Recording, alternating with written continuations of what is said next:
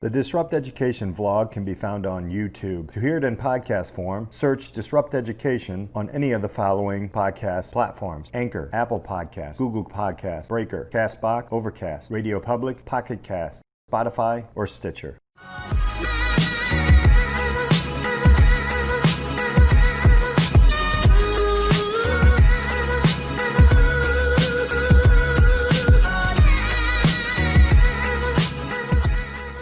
So welcome to another episode.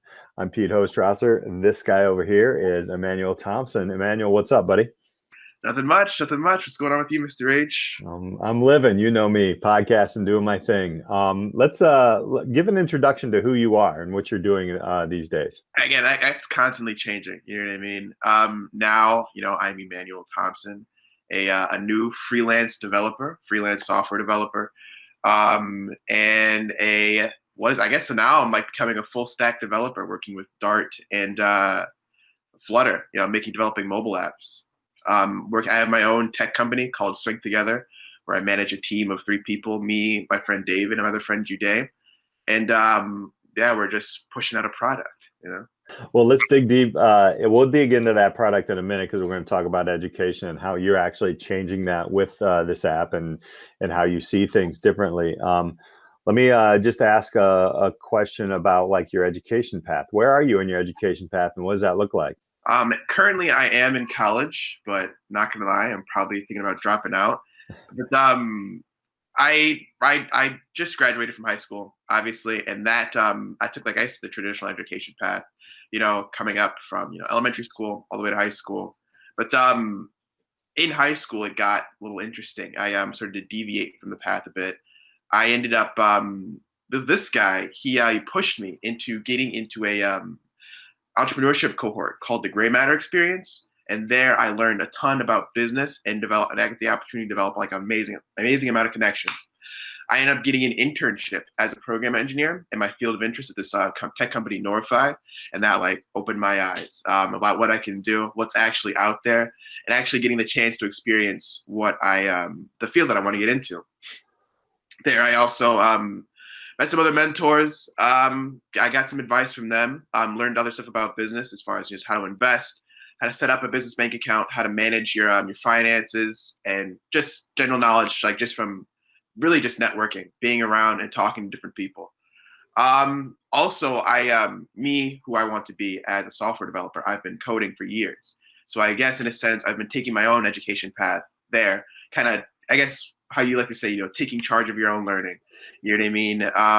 Going ahead, and since I was a kid, just looking at YouTube tutorials on how to code.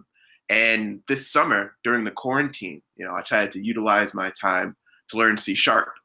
And that has, again, changed my life. And now I can make apps with Flutter and Dart. And that's pretty great. So there's a lot of self-learning, a lot of mentorship I'm hearing in there that is key. How did you start reaching out to people? Like what made you comfortable about that? Because I think we have a lot of young listeners and adults as well, that just don't really understand what a mentor can do. Tell us a little bit about that. As a child, I was always kind of extroverted a little bit, and it definitely helps out, especially when you want to talk to new people. But I guess the way I was brought up, my mom would always tell me, it's okay to tell me anything you want, Emmanuel, just so you communicate with me. Communication was always extremely important between me and my mom. And when I met Mr. H, this guy, he was talking about all of his, I'm thinking about starting this new business, or I'm thinking about, connecting students with mentors, stuff like that. And at first, I didn't really know the value of that at all. But I guess it really comes into play with just listening to other people, hearing what they have to say, and hearing how they can benefit you. And this is Mr. H. He got me in contact with a guy named Travis Linderman, an absolute legend, really cool guy. You know what I mean? And I guess that's there when I started really getting into mentors and leveraging people. And what is it called? What did you call it? The vertical network. Yeah. All that stuff. Vertical networking. And then I guess there's also a really big tipping point when I was reaching anxiety and coming out of my shell and just really diving deep into it, was when me and you, we went to the Benedictine panel the entrepreneurship panel at Benedictine. And there was a moment where there was a guy that I really wanted to talk to who was all a part of like, what is it called? Data science, basically, and Mhm. computer, like cybersecurity and all that. I really wanted to talk to the guy, but he was actually already talking to himself. And actually, before this meeting, I remember, I think it was you, you told me to just write up some business cards with my name and email on them, you know? And I did that. I got a bunch of note cards, wrote my name and email down, my phone number. And I really want to talk to this guy, but he was busy talking to somebody else. I looked at Mr. H. He's like, "Oh, what do I do?" He's like, "Oh man, just jump in there and just jump in there and ask him." You went over there somewhere else. I was just standing there for a bit, and I just walked up, tapped him on the shoulder, like, "Hey man, you seem amazing. Really want to talk to you. Here's my card. Can we reach out and communicate?" And it worked well. There was no like real backlash. I was able to interrupt the conversation. Well, I was able to interrupt the conversation, give what I need, see what he's about, learn a little bit more about him, and then I was able to walk away. So there was no real like consequence to it at all. It was just like a whole like little learning environment. And after that, that's when I really started, just doing it more often. And even then, on like the train, I would see people who were coding while I was going to school, and I was like the same thing. Like, man, I want to talk to this guy, but I don't really know. I'm kind of feeling kind of hot. All the anxiety's building up. I just jumped every time. I just jumped. Reached out, shook his hand, shook his or her hand, and learned. So as you went through that, it obviously probably got easier, right? When you're talking to people and you learn like the intro line. What is your intro line? Say I'm on the train and I'm doing some coding. What would you say? What would you tell people to say? I guess here. Hi, my name is Emmanuel Thompson. I am such and such years old, and I'm really curious about software development. I see you're over here developing software. Can you please just tell me a little bit more about what you're working on and how it's how you're doing it? Your education path. You know what I mean? Yeah. Different strategies you're using, all that, and then goes from there. Yeah. See how smooth that is? Like if I saw you 2 years ago, you'd be like, I don't know what to say. So I think it's wonderful to see you actually go through that and learn how to actually network and speak to people. So well, let's go into the big question then. So like, school, right? And how you did it and you've been through it. What would you do to change something in school, like the way we do things, or if you had your way? Now, right now, we're obviously in a quarantine situation. There's a lot of things changing quickly. But going through the things that you have done, and then you might even obviously want to touch on your business because you're actually creating a change there for that. But let's talk quickly about some of the things that you could see that you would change in education, because that's I think a pain point actually got you to where you are today. Talk a little bit about that. First, the big thing is the way students learn. In the century that we're in. You know what I mean? Technology is growing exponentially, right? And in my high school, we had the opportunity to use iPads, and that is major. There was a lot of like disruption going on because students weren't really learning. They were sitting up on their iPads just playing video games while the teacher was working, and the teacher was getting really upset about this. Like they couldn't really control their students. And I feel like where it really comes in, especially with nowadays, especially with e-learning and all that stuff, is we're stuck at home. It's all about, again, taking charge of the education. Really enforcing that on students. It's really up to them if they want to learn or not. And they really do have to take charge of it. But as far as just learning how to, self-control, like not just diving like into distractions, you know what I mean?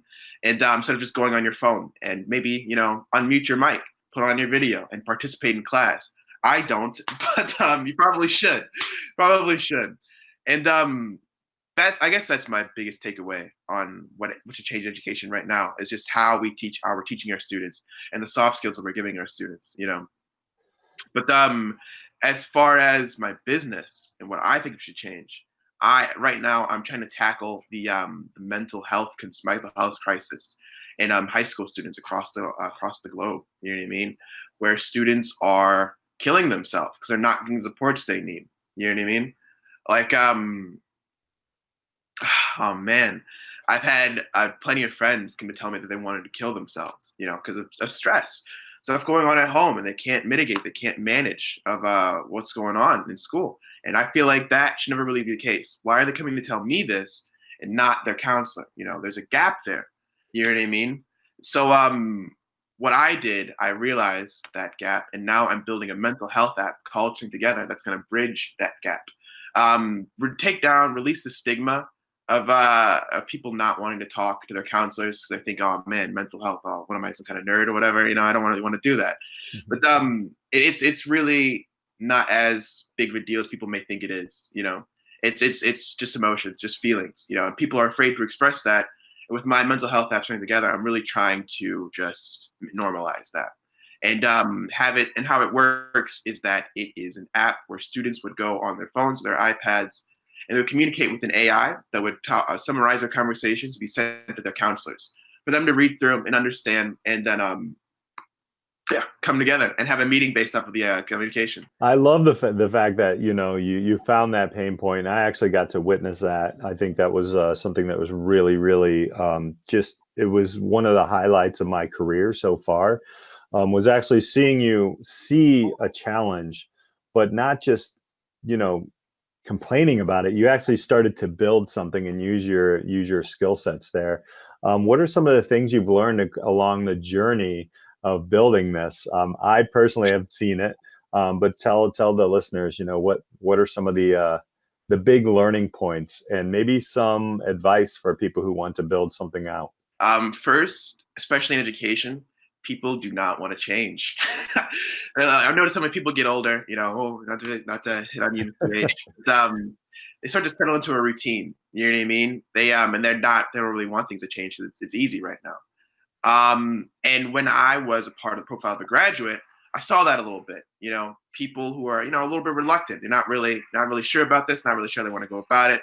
They kind of want things to stay the same. And that's just natural. That's just normal. You know what I mean? People want to feel safe and all that. But things change is like the only thing consistent in life. If you don't change, if you don't adapt, you die. That's just what happens. You know what I mean? And if you're out there wanting to make change, you have to be ready for those people that just want to stand still. And you really just have to keep going. Just ignore those people. You know what I mean? Or if you want to, try to help those people. But you really just you gotta focus on your goals. Mm-hmm. Skill set wise, I've actually learned a lot about software development as a whole. Starting out, didn't know anything about it. Didn't know anything about it at all. I was in your AP computer science class. I was doing some stuff, trying to do some stuff here and there. Learn. We were doing like HTML and CSS in your class. And that was pretty interesting. You know what I mean?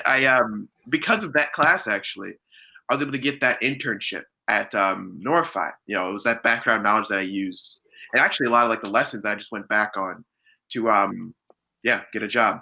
But like working on String Together, I learned so much about development as a whole. Different languages like C#, XML, XAML, what else? HTML again. And I ended up going to Argonne Labs to study big data visualization, visualization, all that stuff. And now working with Dart, different platforms. I'm learning how to manage databases at the moment. You know what I mean? And there's just so much that I've learned, and so like in the industry that I'm in, how to communicate with people, how to. It's a lot. So much that I really can't think of now. Well, I think one of the things that I love about you is that yes, you take calculated risks. You do talk them out very well before you go into a risk, which is very key. I think a lot of people just talk themselves out of it, but you talk it out. You talk it out with mentors. You talk it out with professionals. So we'll have a lot of younger listeners or parents of younger listeners and things like that. So one of the things I wanted to ask you is, how do you prove, and you are 19 at the point right now? 18. You're still 18? Oh, good for you. How do you prove out that you can bring the value at that age? Man, I build stuff. I build stuff. Like with C#, I built a text adventure RPG called Buy and Sell, where someone can have the opportunity to buy product and sell product. And going through it, I just developed on C#. And then when I applied for my job at where I work at now, Mind Peace Strategy, I ended up using that to prove my knowledge in my interview. You know what I mean? And that was pretty interesting. That was pretty cool. Really excited about that. But yeah, I mean, you really just got to build stuff. And then not only building stuff, you have to learn how to prove you know it. You know what I mean? Like, you have to learn how to prove that you built it. And I'm trying to say something right now, but kind of slipping my mind. But yeah, basically, yeah, you just have to learn how to explain yourself, I guess. Right. And we've had that conversation. As a matter of fact, you had 2 mentors on our last call, which was amazing. It was awesome because it was a good connection for me too, because I didn't know the other mentor. And that's one of the things you were talking about is, okay, we were going through that pattern of telling your story, and how much to tell, how much you can leave out, and those types of things, which was actually a learning moment for me, even at the age that I'm at. So I love that. So wrapping this up, I need to ask, how can people find you and your company? We are on LinkedIn, Stick Together LLC on LinkedIn. You can find me on LinkedIn, Emmanuel Thompson. You know, I have the Stick Together LLC on my page. And then my email, emantomp3@gmail.com. And my one big last question is, if you could go back 2 years and tell ET something to change about himself as a high school student, what would you say? I think I would say that I guess just get ready. You know what I mean? Get ready and start sooner. Start sooner. You know? Yeah, just start sooner, basically. That's great advice. I mean, it's something that I try to get many students to do. Just start. So, hey man, it's a pleasure talking to you. Appreciate you being here with us today. Thanks so much, man. Good to hear. Have a good one. Awesome. Thank you guys so much for listening. Hit that subscribe button. We'll see you next time.